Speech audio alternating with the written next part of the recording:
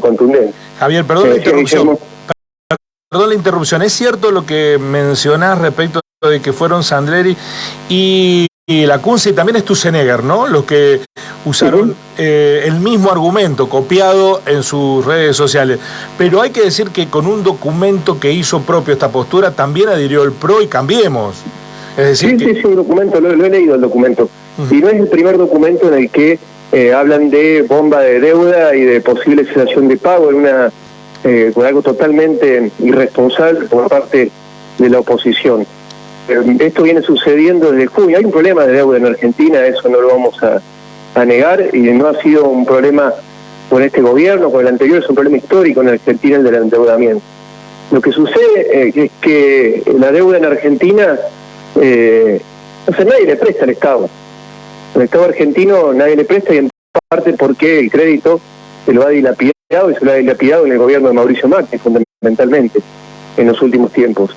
Entonces lo que le prestan son los bancos que hacen su negocio, y a su vez también hay que tener en cuenta que el problema no es que los bancos no son tan estúpidos de prestarle al gobierno con la plata de ellos. Los bancos prestan con los depósitos, usando los depósitos de los ahorristas argentinos, que lo colocan en títulos del Tesoro. Lo que sucede es que en parte por los desaguisados del gobierno actual en materia económica, más la incertidumbre que genera la oposición, la desconfianza en prestarle al gobierno cada vez es mayor, y acá voy a explicarlo técnicamente muy rapidito. Cada vez los vencimientos que van sucediendo se renuevan a menor plazo, es decir, más allá de las elecciones, que es otro condimento que entra en juego en esta situación, nadie le quiere prestar al Estado y las tasas son cada vez mayores. Entonces lo que el gobierno ha hecho con esta renegociación de deuda con las entidades financieras es otorgarles un bono dual, que es un bono que paga inflación o dólar, es decir, un bono indexado, para el año 2024, pateando los vencimientos de los próximos 3-4 meses. Es decir, que supere el horizonte de renovación que venía teniendo, y lo ha acordado con la Asociación de Bancos Argentinos. En esta situación, el escenario para los bancos es de ganar o ganar. O sea, si hay un desmadre inflacionario, ganan, y si hay un salto cambiario, ganan. O sea, lo que viene sucediendo en la economía argentina desde mediados de los 70 a la fecha, en la que los bancos siempre ganan, que son los grandes ganadores de estos modelos. Y eso a la oposición no le conviene. O sea, no le conviene esto que ellos dicen bomba. Yo no creo que sea bomba, sino lo que hay es un problema de plazos del endeudamiento en pesos, y no le conviene. ¿Por qué? Porque hay que ser claro en esto, Guillermo Florencia. ¿Cuál es el plan de la oposición? Cuando la oposición habla de un plan de estabilización, lo que está haciendo referencia es un plan clásico de estabilización. Quiero ser claro en esto. ¿Qué es un plan clásico de estabilización? Es un plan con salto cambiario, con devaluación y suba de tarifas. Y esta deuda que se patearía, que va a terminar pateando seguramente para 2024, le impide a la oposición, en el esquema de su plan, le impide licuar los pasivos. ¿Por qué le impide licuar los pasivos? Le hace más difícil licuar los pasivos, que también incluyen este plan, para que haya devaluación y salto cambiario, la salida abrupta del cepo. Entonces, ¿qué busca la oposición con esto? Que esa deuda, que es un problema, no lo vamos a negar, no lo voy a negar, explote ahora y no tengan que resolver el problema de ellos más adelante. Eso es lo que está sucediendo con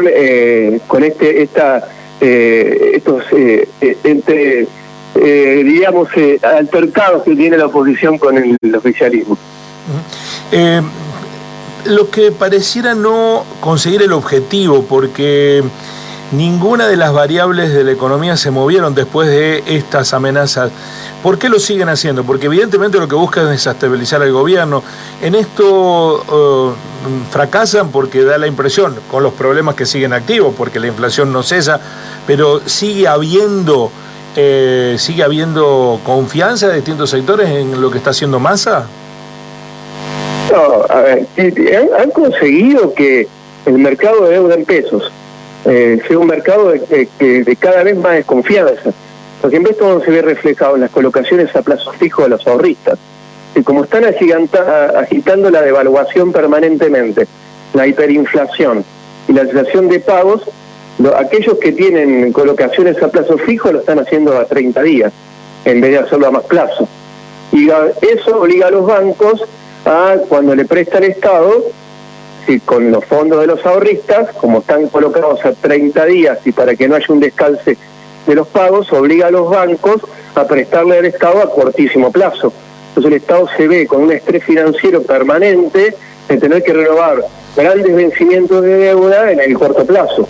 Lo que hace Massa es acordar con los bancos en esta situación un mayor horizonte para los títulos del Tesoro, otorgándole este bono del que los bancos nunca pierden, que es el bono dual que mencioné hace un rato, y a su vez le otorga la posibilidad, que en los documentos salen como un put, que no sería estrictamente eso, le otorga la posibilidad a los bancos de venderle al Banco Central estos títulos en cualquier momento del tiempo, y el Banco Central se los pagaría. Y ahí es lo que hablan los economistas Sandler y Lacunza, de un seguro para los bancos, un seguro de cambio en todo momento. Y ahí por eso hacen referencia a una bomba. La situación de la deuda en pesos es compleja, porque en el fondo acá la discusión es quién financia el Estado, cómo se lo financia y cuánto es la deuda manejable que puede tener el Estado. Pero yo lo que creo que detrás de esto, como vos mencionaste, hay un escenario que plantea la oposición de forma muy irresponsable, que está basado en cuanto peor mejor nos va. Entonces, cuanto peor le vaya al gobierno, mejor les va a ir a ellos. Esa es la estrategia, una estrategia muy dañina para la mayoría de los argentinos.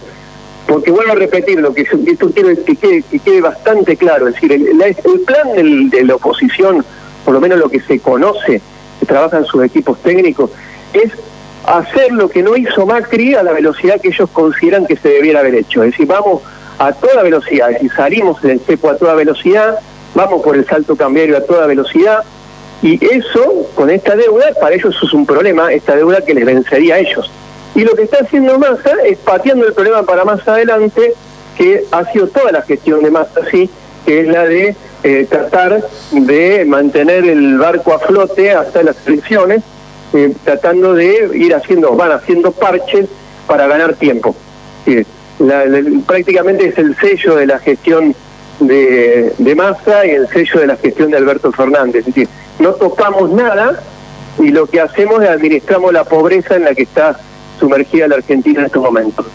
Sí, y le agrego como posibilidad para tener en cuenta o para pensarlo, además de una devaluación, seguramente una reforma, además con la excusa perfecta de que está el Fondo Monetario Internacional en la Argentina. Esto de parte del plan de Juntos por el Cambio, que cada vez es más claro, es más evidente, ya lo están diciendo. Ahora, lo que te quiero consultar, Javier, es en este escenario, además escenario electoral, año electoral, y así va a ser literalmente hasta fin de año, hasta que asuma el nuevo presidente, es decir, distintas instancias, ¿no? Primero las PASO, o sea, llegar hasta las PASO, que eso es como en agosto, si no estoy mal. Después elecciones generales y hasta que asuma el nuevo presidente, el periodo de transición. Digo, es como esta inestabilidad al máximo por el año en sí mismo. ¿Qué herramientas tiene el gobierno nacional, en este caso el Frente de Todos, como para, qué es lo que tendría que tener en cuenta, además de ordenar su propia interna, por supuesto, pero qué es lo que debería manejar con una oposición que todo el tiempo está agitando del otro lado? Bueno, vos lo dijiste, Florencia, me parece manejar su propia interna. Yo creo que el principal problema que tiene el gobierno es un problema político. Y que cuando unos dicen que hay que ir para un lado, otros dicen que hay que ir para el otro. Entonces me parece que ese es un gran problema, es decir, hay que marcar un horizonte de política económica que es fundamental, y que haya acuerdo es fundamental respecto a ese horizonte. Y entonces cuando vos no tenés eso, lo que generás es más incertidumbre de la que existe. Yo creo que la gestión de Massa viene haciendo lo que, más allá de que puede haber muchas críticas, viene haciendo bien el hecho de mantener el barco a flote. Recordemos cómo asumió en una corrida contra el peso muy fuerte, en gran parte producida por la interna del gobierno, con la salida de Martín Guzmán repentina de la noche a la mañana. Me parece que eso es el principal problema que tiene el gobierno. Y bueno, después tenemos el rol del Fondo Monetario Internacional, que sin duda yo creo que es otro de los grandes condicionantes para la política económica, pero el fondo está ahí, ya está. Es la herencia del gobierno de Macri, y va a ser un gran problema por varios años. Estamos dialogando con el economista Javier Vicent en la mañana de Así Son las Cosas. Te pregunto en el final, Javier, respecto de un dato que no se puede soslayar de la realidad, la reaparición en la escena pública de Domingo Cavallo, que es citado como ejemplo desde Javier Milei, pero también recibido y homenajeado en la Fundación Mediterránea con Juez, De Loredo, Negri, Schiaretti, Yarlora, Gutiérrez en la mesa. ¿Hay que hacer alguna lectura de eso? ¿Reivindicar al que nos instaló en el desastre más grande de la historia reciente de la economía argentina? ¿Es para reivindicar? Hay todo un revisionismo de la década de los 90. Yo creo que más allá de una lectura, hay que ponerse a la defensiva. Me parece que el rol de ustedes como comunicadores, el rol que me toca a mí es recordar, hacer memoria de lo acontecido durante los 90 y el desastre de la economía argentina que terminó con el 2001. Parece que más que hacer la reflexión es por qué volvemos a escuchar a estos tipos. ¿Por qué vuelven a tener... ¿por qué ocurre eso? Porque evidentemente la economía argentina no va bien, la situación social no es buena. Entonces me parece que hay una gran deuda de los gobiernos que sucedieron en el 2001 y fundamentalmente a partir del 2011 para mejorar las condiciones sociales de los argentinos y las argentinas. Eso en primer lugar, si no, no tendrían un espacio para decir lo que hay que hacer y todo lo bien que lo han hecho en el pasado. Y después hay que recordar, somos medio flojos de memoria o medio ociosos para recordar esas situaciones tan traumáticas que se dieron en los 90. Pero no me llama la atención porque siempre el mecanismo es ese, y por supuesto que detrás están los grupos de poder, los intereses económicos. Mire, el plan de la oposición, ese plan que te mencionaba yo, en el que esta deuda que se patea para el 2024, indexada por dólar o inflación que hace Massa, es un problema para ellos, es porque el plan de la oposición, cuando dicen ordenar, y también lo menciona mucho Cavallo y compañía, ordenar la economía, cuando hablan de orden, ¿cuál es el orden que ellos quieren? El orden es que los ricos sean cada vez más ricos y los pobres seamos cada vez más pobres, sean cada vez más pobres. Los trabajadores sean cada vez más pobres, y ellos quieren una economía con salarios, ya no te diría de la India, con salarios de Vietnam. Y eso es lo que buscan con estos planes económicos fallidos, y lo que sorprende también que van a contramano de lo que sucede en el mundo, Guillermo Florencia.